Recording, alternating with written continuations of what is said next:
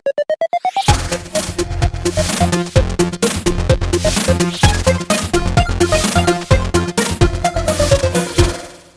Hi guys, welcome back to channel. लगभग 7 दिनों के अंदर आप लोगों के बोर्ड के एग्जाम स्टार्ट होने वाले हैं और पिछली वीडियो के अंदर हमने बात करी थी कि किस तरह से आप मात्र 7 दिन के अंदर केमिस्ट्री को अच्छे से प्रिपेयर कर सकते हैं अपने बोर्ड एग्जाम के लिए। तो यार काफी सारे बच्चों ने वहां पर कमेंट किया था कि भैया हमें सेम ब्रेकडाउन फिजिक्स का भी चाहिए। तो आज इस वीडियो के अंदर हम डिस्कस करने वाले हैं किस तरह से आप मात्र 7 दिन के अंदर अपनी पूरी की पूरी फिजिक्स कंप्लीट कर सकते हैं, कौन से मोस्ट इंपॉर्टेंट क्वेश्चंस हैं जो आपको जरूर करने चाहिए, कौन से डेरिवेशंस आपको जरूर करने चाहिए और किस तरह से आप न्यूमेरिकल्स को प्रैक्टिस करके न्यूमेरिकल भी वहां पर सॉल्व कर सकते हैं। तो कंप्लीट ब्रेकडाउन करेंगे यार फिजिक्स का। ज़्यादा टाइम आप लोगों को मैं नहीं दूंगा। I know you guys are very busy these days, तो कम से कम टाइम के अंदर हम ज़्यादा यहाँ पर डिस्कस कर रहे होंगे। And I want you guys to watch this video till end, because इस वीडियो को देखने के बाद आपके जो मार्क्स हैं वो श्योरली इंक्रीज कर रहे होंगे। तो स्टार्ट करते हैं बिना किसी टाइम वेस्ट के। सबसे पहले इंडेक्स देख लेते हैं। अब हमने यहाँ पर इंडेक्स को चैप्टर की प्रायोरिटी वाइज बनाया है। हमने यहाँ पर क्या किया है, हमने उन चैप्टर्स को यहाँ पर सबसे ऊपर रखा है जो आपको सबसे पहले करने हैं, क्योंकि मैं ये मानकर चल रहा हूँ कि आपने अब तक फिजिक्स की ज़्यादा प्रिपरेशन नहीं करी है। तो जब आप स्टार्ट करते हैं तो ऐसे चैप्टर्स को आपको करना चाहिए जहाँ पर आपके पिछले चैप्टर के साथ कोई भी लिंकेज ना हो, यानी क्लास 11 से आपको कोई भी लिंक ना हो रहा हो चैप्टर, और ना ही क्लास 12 के किसी प्रीवियस चैप्टर से लिंक हो रहा हो। दूसरा, वहाँ से आपके जो न्यूमेरिकल्स हैं वो इजीली सॉल्व हो जाए, प्लस वहाँ से थ्योरी का जो पोर्शन है वो थोड़ा सा ज़्यादा आता हो, क्योंकि जब हम फिजिक्स को उठाते हैं तो हमें सबसे ज़्यादा न्यूमेरिकल से लगता है। तो मैंने यार उन्हीं चैप्टर्स को आगे रखा है जहाँ से आपको थ्योरी के क्वेश्चन बहुत ज़्यादा बनने वाले हैं। इसलिए हमने यहाँ पर चैप्टर 11 से इसको स्टार्ट करा है। 11 से 14 चैप्टर सबसे पहले आपको करना है। ये आपको मॉडर्न फिजिक्स वाला पार्ट है, ये आपको सबसे पहले करना है। उसके बाद मैंने 9 to 10 ray optics and then wave optics. अब रे ऑप्टिक्स को यहाँ पर ऊपर इसलिए रखा है क्योंकि इसका कोई रिलेशन नहीं है इसके पिछले चैप्टर से, प्लस यहाँ पर डेरिवेशंस आ जाती हैं। अगर आप डेरिवेशंस को अच्छे से रट के चले जाएंगे तो आपके नंबर वहाँ पर इजीली बन जाएंगे, वेव ऑप्टिक्स और रे ऑप्टिक्स दोनों के अंदर ही। हालांकि वेव ऑप्टिक्स से तो डेरिवेशन काफी ज्यादा कट गई है इस बार, तो काफी सिंपल हो गया वेव ऑप्टिक्स का चैप्टर। और रे ऑप्टिक्स के अंदर अगर आप 2-4 डेरिवेशन अच्छे से कर लेते हैं तो वहाँ पर आपके नंबर आने के चांसेस बहुत ज्यादा बन जाते हैं। Then we have EM waves, छोटा सा चैप्टर है, 3 नंबर का चैप्टर आता है। सिर्फ 2 से 3 टॉपिक्स आप यहाँ पर आपको पढ़ने हैं, बहुत इजीली आपको वहाँ पर नंबर आ जाएंगे। Then current electricity. Current electricity का कोई भी रिलेशन नहीं है इलेक्ट्रोस्टैट से। आप सीधे सीधे यहाँ पर कुछ क्वेश्चन सॉल्व कर लीजिए किरचॉफ्स लॉ के, वहाँ पर आपके न्यूमेरिकल क्वेश्चन बन जाएगा। और ड्रिफ्ट वेलोसिटी का डेरिवेशन आता है तो वो भी इजीली बन जाएगा। अभी हम इसको फर्दर डिस्कस कर रहे होंगे। यहाँ पर मैं आपको सिर्फ चैप्टर्स की प्रायोरिटी बता रहा हूँ, किस तरह से आपको चैप्टर को ऑर्डर में लेकर चलना है, कहाँ से आपको स्टार्ट करना है। आपको सबसे पहले 11 चैप्टर से स्टार्ट करना है। 11 से 14 आपको 1 गो में कंप्लीट करने हैं। ये आपका मॉडर्न फिजिक्स वाला पार्ट है। ये 4 चैप्टर आपको एक साथ कंप्लीट करने हैं। इसके जो लेक्चर्स हैं वो भी हम वहाँ पर अपलोड कर रहे हैं। अगर आप कहीं और से पढ़ना चाहें वहाँ से भी आप पढ़ सकते हैं, आप नोट से पढ़ना चाहें वहाँ से भी पढ़ सकते हैं। इसके जो इंपॉर्टेंट क्वेश्चन हैं वो भी हम आपको बता देंगे। ये 4 चैप्टर्स आपको एक साथ करने हैं। देन 9 से लेकर 8 तक ये 3 चैप्टर्स का आपको क्लब करके एक साथ यहाँ पर सोल्व करना है। देन उसके बाद करंट इलेक्ट्रिसिटी, ये इंडिविजुअल चैप्टर है, इसका कोई भी लिंकेज नहीं है एक दूसरे चैप्टर के साथ, तो इसको भी आप इजीली सोल्व कर सकते हैं। यहाँ से क्वेश्चन अच्छे खासे पूछे जाते हैं, मतलब वेटेज सही है इस चैप्टर का। किरचॉफ्स लॉ के क्वेश्चन आते हैं, कुछ एक आधा डेरिवेशन है, बहुत ही इजीली आपको चैप्टर कवर हो जाएगा क्योंकि छोटा सा चैप्टर है। देन फिर हम शुरू करेंगे यूनिट 1 से। यहाँ पर हम इलेक्ट्रिक चार्जेस में फिल करेंगे, फिर हम डायरेक्ट ऑर्डर में जाएंगे, यूनिट 1, यूनिट 2, यूनिट 3, यूनिट 4, फिर हम डायरेक्टली अपना जो ऑर्डर है उसको फॉलो कर लेंगे। तो अगर आप इस प्रायोरिटी में इसको पढ़ते हैं तो आपके लिए ईजी होगा कम टाइम के अंदर ज़्यादा से ज़्यादा मार्क्स स्कोर करना। क्योंकि अगर आपने कुछ नहीं पढ़ रखा है तो अगर आप शुरू से पढ़ने जाएंगे तो वहाँ पर आपको काफ़ी ज़्यादा टाइम इन्वेस्ट हो जाएगा और वेटेज उतना ज़्यादा रहेगा नहीं उन चैप्टर्स का। मतलब वेटेज भी रहता है पर टाइम जो वहाँ पर लगने वाला है वो बहुत ज़्यादा लगने वाला है। इससे बेटर है कि हम मॉडर्न फिजिक्स स्टार्ट करें, क्योंकि वेटेज और टाइम का जो रेशियो है वो बिल्कुल सही बैठता है यहाँ पर। ठीक है जी, तो स्टार्ट करते हैं। सबसे पहले ब्रेकडाउन करना। सबसे पहले लेते हैं chapter 11, dual nature of radiation matter. जब हम बात करते हैं डुअल नेचर की तो यहाँ पर 4 ही टॉपिक्स मोस्ट इंपॉर्टेंट है। सबसे पहला है आपको photo electric effect. Photo electric effect को बाय हार्ट याद करके जाना है, क्योंकि ये बहुत ही सिंपल सा टॉपिक है। सिर्फ एक से 2 पेज की इसकी थ्योरी है, उस थ्योरी को आपको अच्छे से याद करके जाना है। उसके बाद जो इसके ग्राफ्स हैं, ग्राफ को बहुत अच्छे से रट के जाना है। ग्राफ का वहाँ पर क्वेश्चन आता ही आता है, ग्राफ्स आपसे पूछ लेगा, आपको बनाने के लिए बोल देगा, और फोटो इलेक्ट्रिक इफेक्ट की डायरेक्ट डेफिनेशन भी आपसे पूछी जा सकती है। तो फोटो इलेक्ट्रिक इफेक्ट का क्वेश्चन आना यहाँ से बिल्कुल कन्फर्म है, तो उसको बहुत अच्छे से करके जाना है। Then Einstein photo electric equation, ये आपको पता होनी चाहिए। देन उसके बाद आर.एम. मिलिकन ने जो प्रूव करा था आइंस्टाइन की इक्वेशन को, वो भी आपको आना चाहिए। हालांकि वो डिस्प्रूव करना चाह रहे थे पर उसी मेथड में उन्होंने एक्सपेरिमेंटली आइंस्टाइन की जो इक्वेशन है उसको प्रूव कर दिया था। तो ये भी आपको स्टोरी और इसका जो एक्सप्लेनेशन है ये आपको पता होना चाहिए। देन लास्ट में आता है आपको de Broglie wavelength. De Broglie wavelength से आपको 2 रिलेशंस बहुत अच्छे से पता होना चाहिए। लैम्डा का जो रिलेशन है वेलोसिटी की टर्म्स में, lambda is equal to h/mv, ये भी आपको अच्छे से रटा होना चाहिए। देन लैम्डा का जो रिलेशन है पोटेंशियल डिफरेंस की टर्म्स है वो भी आपको बहुत अच्छे से आना चाहिए, बिकॉज इससे न्यूमेरिकल पूछे जाते हैं और यही 2 रिलेशन है, इससे ज़्यादा टफ आता नहीं है। मतलब इन 2 फॉर्मूलाज को आपको रटना है और बहुत ही इजीली आपको न्यूमेरिकल वहाँ पे बन जाएगा। जिन बच्चों को न्यूमेरिकल से डर लगता है तो यार ये बिल्कुल भी डरना ही है यहाँ पर न्यूमेरिकल से। वैसे भी यार I want to tell you, because हम काफ़ी ज़्यादा डरते हैं न्यूमेरिकल से। जब भी मैं बात करता हूँ क्लास 11 और क्लास 12 के बच्चों से, हमें अपने माइंड को रेडी करना ही है इसलिए कि हम प्रॉब्लम सॉल्व कर पाएँ। और ये जो चैप्टर्स के जो हमने रखे हैं यहाँ पर बहुत ही इजीली न्यूमेरिकल सॉल्व हो जाएंगे। आपको बस थोड़ी सी प्रैक्टिस करनी है, थोड़ा सा अपने माइंड को ट्रेन करना है और आपके जो न्यूमेरिकल है वो इजीली सॉल्व हो जाएंगे। तो इस चैप्टर के अंदर ये 4 टॉपिक्स ही आपको करने हैं। बाकी यार एग्जाम्पल से मैं बता देता हूँ कौन से आपको प्रैक्टिस करने हैं। 11.1, 11.2, 11.3 ये 3 एग्जाम्पल के क्वेश्चन हैं। और बाकी यार बैक एक्सरसाइज क्वेश्चन की बात करें तो 11.2, 11.6, 11.7, 11.8 और 11.11 ये 5 क्वेश्चन आपको बैक एक्सरसाइज करना है।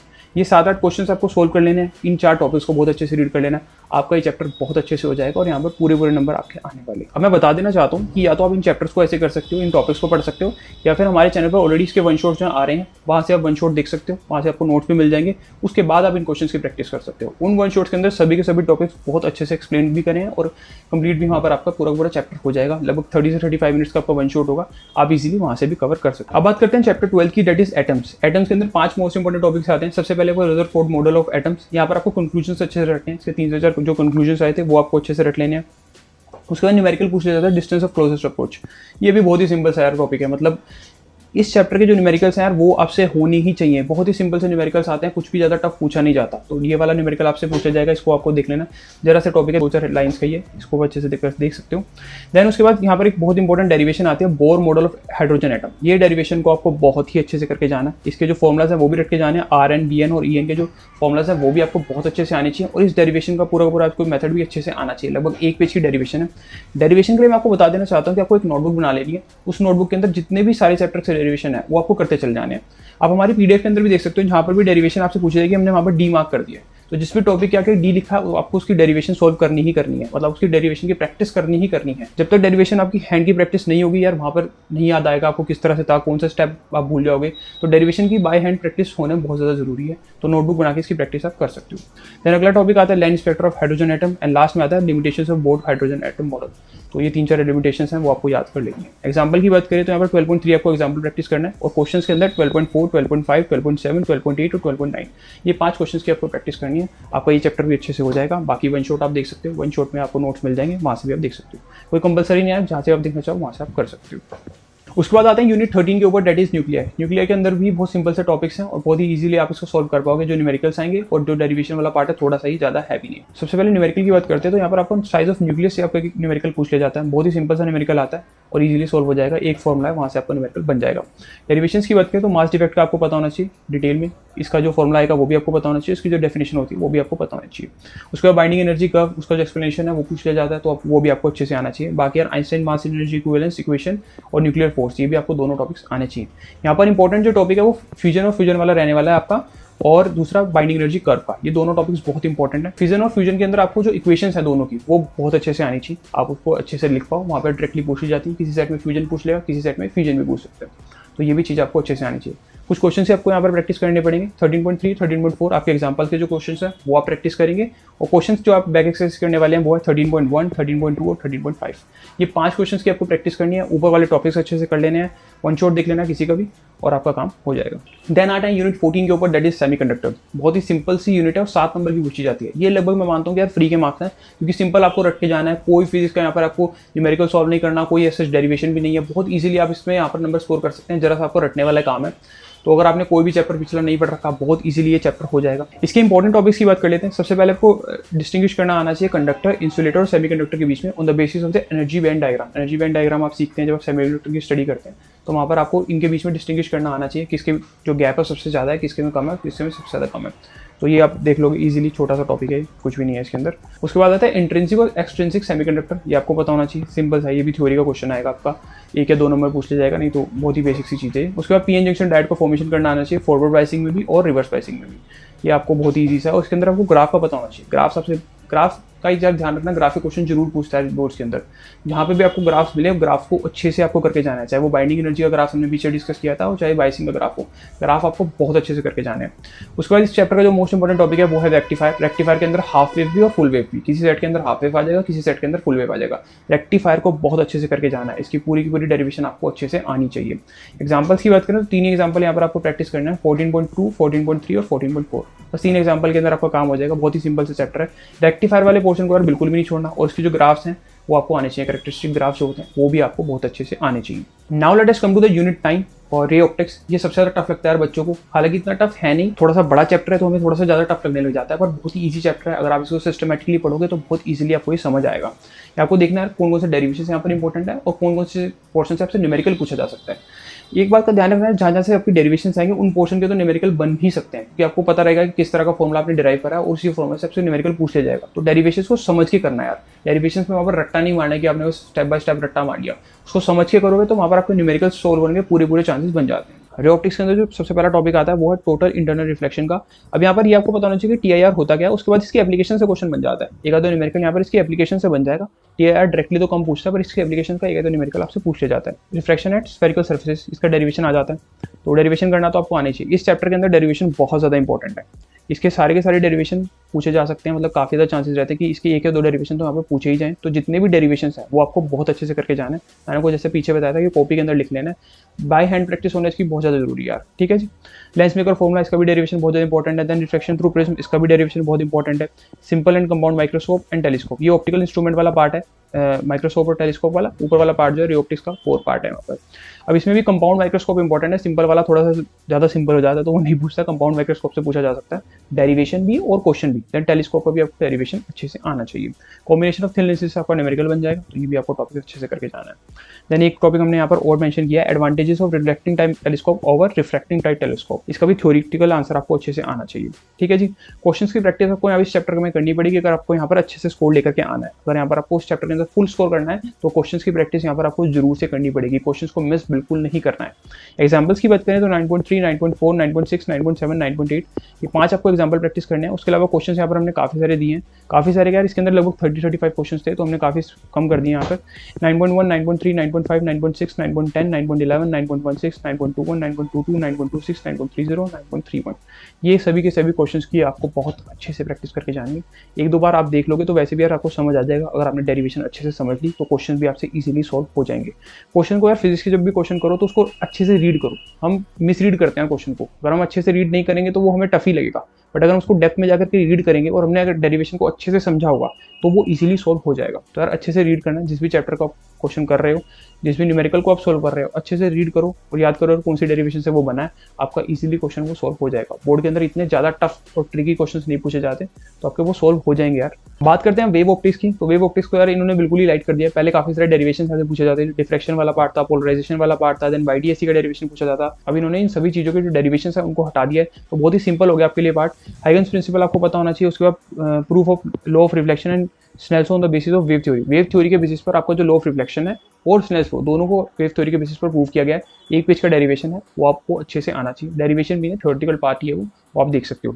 उसके अलावा यार YDSC से डेरिवेशन तो आता नहीं है, बट यहाँ पर आपको कंडीशन पता होनी चाहिए कंस्ट्रक्टिव और डिस्ट्रक्टिव इंटरफेरेंस की, और दूसरा फ्रिंज विड्थ का जो फॉर्मुला है वो भी आपको पता होना चाहिए। इसमें डेरिवेशन अब नहीं पूछेगा, बट इसको जो कंडीशंस है वो आपको पता होने चाहिए। वहाँ पर आपको 1 या 2 नंबर में सवाल बन सकता है, ठीक है जी। डिफ्रैक्शन का भी आपको फॉर्मुला यहाँ पर रख के जाना है, डेरिवेशन तो अब रही नहीं है। तो चैप्टर बहुत ही ज़्यादा सिंप्लीफाइड हो गया। कुछ ही क्वेश्चन यहाँ पर बचे हैं NCERT के अंदर, और कुछ ही डेरिवेशन यहाँ पर बची हैं। पहले बहुत ज़्यादा डेरिवेशन इस चैप्टर के अंदर भी हुआ करती थी। अब यहाँ पर आपको सिर्फ एंड रिजल्ट को याद करके जाना है, आपके नंबर वहाँ पर बन जाएंगे। क्वेश्चन की बात करें तो 10.1 यहाँ पर आपको एग्जाम्पल प्रैक्टिस करना है, और क्वेश्चन में 10.4, 10.5 और 10.6 तीन ही क्वेश्चन यहाँ पर आपको दिए हैं हमने बैक एक्सरसाइज से, और एक एग्जाम्पल। आप ये 4 क्वेश्चन की प्रैक्टिस कीजिए और इन टॉपिक्स को बहुत अच्छे से कीजिए, यहाँ पर भी आपके नंबर आने ही वाले हैं, ठीक है जी। अब बात करते हैं EMBS की। EMBS भी बहुत ही सिंपल सा चैप्टर है यार, 4 टॉपिक्स है इसके अंदर और ज़्यादा कुछ है ही नहीं। डिस्प्लेसमेंट करंट वाला टॉपिक है, इसमें भी सिर्फ फॉर्मुला आपको रख के जाना है। मैक्सवेल इक्वेशन का आपको पता होना चाहिए। प्रॉपर्टीज जो होती है EMBS की वो आपको पता होनी चाहिए, और लास्ट में हमारे पास आता है इलेक्ट्रोमैग्नेटिक स्पेक्ट्रम। बस ये 4 टॉपिक्स आपको अच्छे से करके जाने हैं। 3 नंबर का क्वेश्चन आता है, 3 ही नंबर का चैप्टर है, तो बहुत ही इजीली आपको हो जाएगा। कुछ क्वेश्चंस की प्रैक्टिस करने लिए आपको 8.1, 8.2 और 8.2, 8.3, 8.8 और 8.10 ये आपके बैक एक्सरसाइज के क्वेश्चंस हैं। इस यहाँ पर इस बात का ध्यान रखना, बहुत ही सिंपल सा चैप्टर है, ज़्यादा टफ पूछा ही नहीं जाता इस चैप्टर से, तो इसको जरूर करके जाना। 3 नंबर फ्री के मिलने वाले हैं आप। अब बात करते हैं अपनी यूनिट 3 की, दैट इज करंट इलेक्ट्रिसिटी। बहुत ही सिंपल सा चैप्टर है, छोटा सा चैप्टर है, लगभग 35 मिनट्स का हमने वन शॉट इसका डाला है। अगर आप वहाँ से देखना चाहो तो देख सकते हो। बाकी कुछ इंपॉर्टेंट टॉपिक्स यहाँ पर मैं आपको बता रहा हूँ, उन इंपॉर्टेंट टॉपिक्स को आपको बहुत अच्छे से करके जाना है, और ये आपका चैप्टर बहुत इजीली हो जाएगा। कुछ डेरिवेशंस की बात करें तो यहाँ पर ड्रिफ्ट वेलोसिटी का आपको डेरिवेशन आना चाहिए। इसका जो रिलेशन है ड्रिफ्ट वेलोसिटी का इलेक्ट्रिक करंट के साथ वो भी आपको पता होना चाहिए, किस तरह से आप डिराइव करते हैं। दोनों चीज़ आपको बहुत अच्छे से आनी चाहिए। देन VT स्टोन ब्रिज का जो डेरिवेशन है वो भी आपको आना चाहिए। तो 3 ही डेरिवेशन है इस चैप्टर के अंदर, ज़्यादा कुछ डेरिवेशन तो है नहीं, और तीनों के तीनों आपको बहुत अच्छे से आने चाहिए। बाकी लिमिटेशंस ऑफ ओम्स लॉ ये आपको पता होना चाहिए। काफ़ी ज़्यादा थ्योरी कंसेप्चुअल क्वेश्चन है, तो इनकी आपको प्रैक्टिस होनी चाहिए। आजकल जो बोर्ड्स हैं वो कंसेप्चुअल क्वेश्चन पर भी ज़्यादा फोकस कर रहे हैं। डायरेक्टली डेरिवेशन ना पूछ के थोड़ा कंसेप्चुअल क्वेश्चन का जो वेटेज है उन्होंने बढ़ाया, थोड़ा सा न्यूमेरिकल का जो वेटेज है वो भी बढ़ाया गया है। तो आपको खाली डेरिवेशन पर रिलाई नहीं करना। अगर कोई बोले कि यार डेरिवेशन सिर्फ करके चल जाओ, तो यार ऐसा मत करना, क्योंकि बोर्ड का पता नहीं है। और डेरिवेशन जो पूछता है वो भी सिंपल डेरिवेशन नहीं पूछता। बोर्ड जो डेरिवेशन पूछता है उसको भी थोड़ा ट्रिकी बना देता है। आपको क्वेश्चन डायरेक्टली समझ नहीं आएगा, और डायरेक्टली नहीं बोलेगा कि ड्रिफ्ट वेलोसिटी का डेरिवेशन कर दो आप। तो इसको थोड़ा सा ध्यान रखना है। आपको PYQs 1-2 पेपर जरूर लगा के जाना है, सो दैट आपको आइडिया रहे कि किस तरह का क्वेश्चन वहाँ पे पूछा जाने वाला है। क्योंकि काफी बार क्या होता है कि हमने प्रैक्टिस तो कर ली, पर हमें क्वेश्चन ही समझ नहीं आया यार किस चीज़ का डेरिवेशन करना था। तो इस चीज़ का यार ध्यान रखना कि वहाँ पर आपकी सारी प्रैक्टिस खराब हो जाएगी। देन बाकी टॉपिक्स की बात करें तो फैक्टर इफेक्टिंग इलेक्ट्रिकल रेसिस्टिविटी इसका प्रूफ आना चाहिए, proof of J is to sigma E, और यहाँ पर रो वाला भी आपको आना चाहिए 1/NEU एनीम्यू। बात करें इसकी इंपॉर्टेंट क्वेश्चंस की, तो एग्जांपल के अंदर आपको 5-6 एग्जांपल हमने यहाँ पर मेंशन करे हैं, 3.1, 3.3, 3.4, 3.5, 3.6 और 3.7। एक्सरसाइज के यार 2 ही क्वेश्चन दिए हैं, 3.8 और 3.9। वो क्वेश्चन दिया है, इनको जरूर लगा लेना। जितने भी एग्जांपल और क्वेश्चन मैं बोल रहा हूँ प्लीज यार इनको मिस मत करना, इनको जरूर से जरूर आपको सॉल्व करना है। अब बात करते हैं यूनिट 1 की, और जब हम शुरू की यूनिट्स की बात करते हैं तो यहाँ पर आपके जो डेरिवेशन है वो बहुत ज्यादा इंपॉर्टेंट हो जाते हैं, और काफी सारे चैप्टर्स के काफी ज्यादा डेरिवेशन है भी, तो इन डेरिवेशन को आपको बहुत अच्छे से प्रैक्टिस करके जाना है। शुरू के जो चैप्टर्स है वहाँ पर मोस्ट प्रोबेबली आपसे डेरिवेशन भी पूछे जाते हैं। ठीक है जी, सबसे पहले आपको प्रॉपर्टीज ऑफ चार्ज पता होनी चाहिए, क्वांटाइजेशन ऑफ चार्ज क्या होता है, और 1-2 प्रॉपर्टीज आपको और पढ़ लेनी है। डेफिनेशंस की बात करें तो कूलम्ब्स लॉ की definition, electric field, electric flux, dipole movement, ये आपको 3-4 जो डेफिनेशंस है वो ये आपको अच्छे से आनी चाहिए। उसके बाद डेरिवेशन पे आ जाते हैं। सबसे पहला डेरिवेशन यहाँ पर आपको आता है electric field to dipole, axial line पर, इक्वेटोरियल लाइन पर। ये दोनों चीजें आपको बहुत अच्छे से रट के जानी है। इसका एक पेज का डेरिवेशन है, ये दोनों ही डेरिवेशन आपको आनी ही चाहिए। हो सकता है एक सेट में एक्सियल लाइन पूछ लिया जाए और दूसरे सेट में इक्वेटोरियल लाइन, ये आपको बहुत अच्छे से आना चाहिए। देन अगला फिर से डेरिवेशन है dipole in uniform electric field, ये टॉर्क वाला पार्ट आ जाता है, इसका भी डेरिवेशन आपको अच्छे से आना चाहिए। देन अगेन आपका गॉस लॉ के अंदर भी आपको एप्लीकेशन वाले पार्ट से सवाल आता है, जो अगेन डेरिवेशन है, 3 यहाँ पर पूछे जाते हैं। सबसे पहले आपका infinite long straight charge wire है, यहाँ पर आपका डेरिवेशन पूछा जाएगा, इसको डिराइव करना होता है आपको गॉस लॉ के थ्रू। देन आपको uniformly charge infinite plate sheet है, ये आपको आना चाहिए। और लास्ट में आता है आपका थिन स्फेरिकल शेल। ये तीनों की तीनों जो एप्लीकेशंस है ये आपको आनी ही चाहिए। ध्यान रखना है इन जो टॉपिक्स आने वाले हैं इनकी एप्लीकेशन ज़्यादा इंपॉर्टेंट होती हैं। डायरेक्टली आपको उससे गॉस लॉ पूछे ना पूछे, पर इनकी एप्लीकेशन से सवाल पूछा जाएगा। जैसे तीनों की तीनों जो कंडीशंस हैं यहाँ से सवाल पूछा जा सकता है। बात करें कुछ क्वेश्चंस की, तो एग्जाम्पल के अंदर 1.5, 1.6, 1.7, 1.8, 1.10, 1.11 और 1.12 इन क्वेश्चंस की आपको अच्छे से प्रैक्टिस कर जानी है। और क्वेश्चंस में जो बैक एक्सरसाइज के क्वेश्चंस हैं वहाँ पर हमने 4 ही क्वेश्चन यहाँ पर मेंशन करें, 1.13, 1.17, 1.19 और 1.23। तो ये कुछ क्वेश्चंस की आपको प्रैक्टिस करके जानी है। ऊपर वाली जो डेरिवेशन बोली है इनको अच्छे से कर जाना है। हाई प्रोबेबिलिटी रहती है इनमें से कोई ना कोई डेरिवेशन आपसे पूछ ली जाएगी एग्जाम। बात करें अगर यूनिट 2 की, तो यूनिट 2 की electrostatic potential and capacitance, unit 2 के भी यहाँ पर आपको डेरिवेशन है वो बहुत ज़्यादा इंपॉर्टेंट होने वाले हैं। स्टार्ट ये डेरिवेशन से होती है, electric potential to electric dipole, यहाँ पर आपको निकालना आना चाहिए। उसके बाद इक्विपोटेंशियल सर्फेस के बारे में आपको थोड़ा सा पता होना चाहिए, जैसे कि इलेक्ट्रिक फील्ड इक्विपोटेंशियल सर्फेस पे जो परपेंडिकुलर होती है, वर्क डन यहाँ पर 0 हो जाता है। तो ये कुछ बेसिक टर्म्स जो है आपको इक्विपोटेंशियल सर्फेस के बारे में आपको पता होनी चाहिए, ये आपको अच्छे से रीड कर लेना। और ऊपर वाला आपको डेरिवेशन जरूर करना है। उसके बाद potential energy of system of 2 charges, ये बहुत इंपॉर्टेंट डेरिवेशन है दोनों ही केस में, मतलब आपको दोनों के दोनों केस आने चाहिए, विदाउट एन एक्सटर्नल फील्ड और इन एक्सटर्नल फील्ड, ये दोनों के दोनों केस आपको आने चाहिए।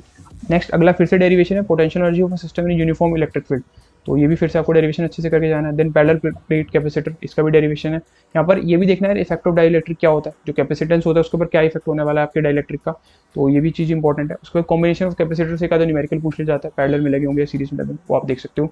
उसके बाद लास्ट में आता है एनर्जी स्टोर इन कैपेसिटर, यहाँ से न्यूमेरिकल आने के चांसेस ज़्यादा रहेंगे, डेरिवेशन से भी हट के न्यूमेरिकल यहाँ से पूछा जा सकता है। तो इसका जो फॉर्मूला है आपको अच्छे से रट करके जाना है। एग्जाम्पल्स की बात करें तो 2.2, 2.3, 2.5, 2.6, 2.8, 2.9 और 2.10।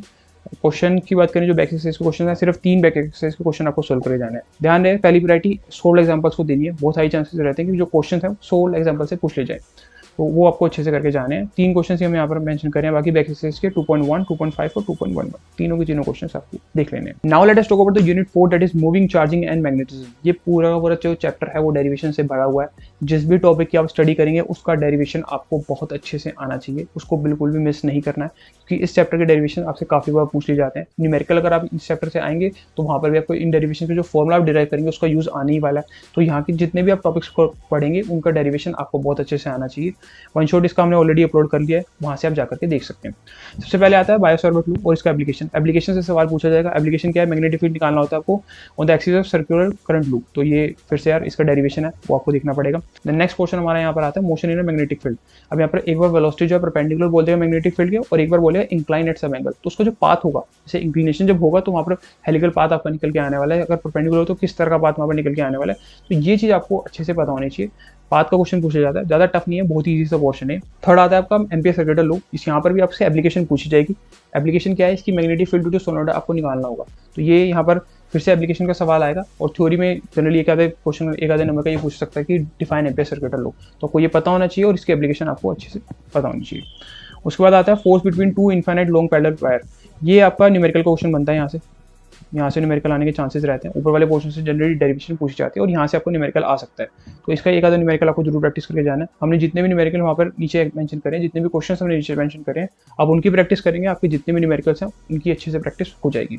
उसके बाद टॉर्क निकालना आना चाहिए आपको रेक्टेंगुलर करंट लूप में, तो ये तो बहुत ईजी सा पोर्शन है। और लास्ट वाला जो पोर्शन इसमें सबसे ज़्यादा इंपॉर्टेंट है, मूविंग कॉइल गैल्वेनोमीटर।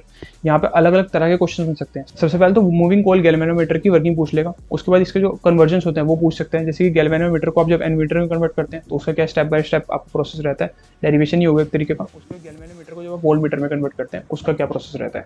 तो यहाँ पर आपको कन्वर्जन करने आने चाहिए, उसकी वर्किंग भी बहुत अच्छे से आनी चाहिए। अलग अलग सेट्स में अलग अलग तरह के क्वेश्चन वो पूछ सकता है। तो इस टॉपिक को यहाँ पर जरूर करके जाना है इस चैप्टर से, ठीक है जी। एग्जाम्पल्स की बात करें तो 4.1, 4.2, 4.3, 4.5, 4.6, 4.7, 4.8, 4.9, 4.10, 4.11, 4.12, 4.15, भैया सारे क्वेश्चंस दे दी। तो यार ये चैप्टर बहुत ज़्यादा इंपॉर्टेंट है और ये जितने भी क्वेश्चन मैंने यहाँ पर मेंशन करे हैं बहुत ज़्यादा इंपॉर्टेंट है। तो एग्जाम्पल्स ये हैं, तो एग्जाम्पल्स आप वहाँ से देख करके कर सकते हो। बैक एक्सरसाइज का इस क्वेश्चन से कोई भी हमने यहाँ पर नहीं दिया है क्वेश्चन, ठीक है जी। अब आते हैं यूनिट 5 पर, मैग्नेटिज्म एंड मैटर। बहुत ही सिंपल सी यूनिट है। जैसे हमने इलेक्ट्रोमैग्नेटिक वेव की बात करी थी, थ्योरी यहाँ पर भी सेम है। ज़्यादा न्यूमेरिकल वाले क्वेश्चन पूछे नहीं जाते। कुछ ही यहाँ पर फॉर्मुलाज हैं जो कि मैग्नेटिज्म और मैग्नेटिक इंटेंसिटी के फॉर्मुलाज हैं, वो आपको देख लेने।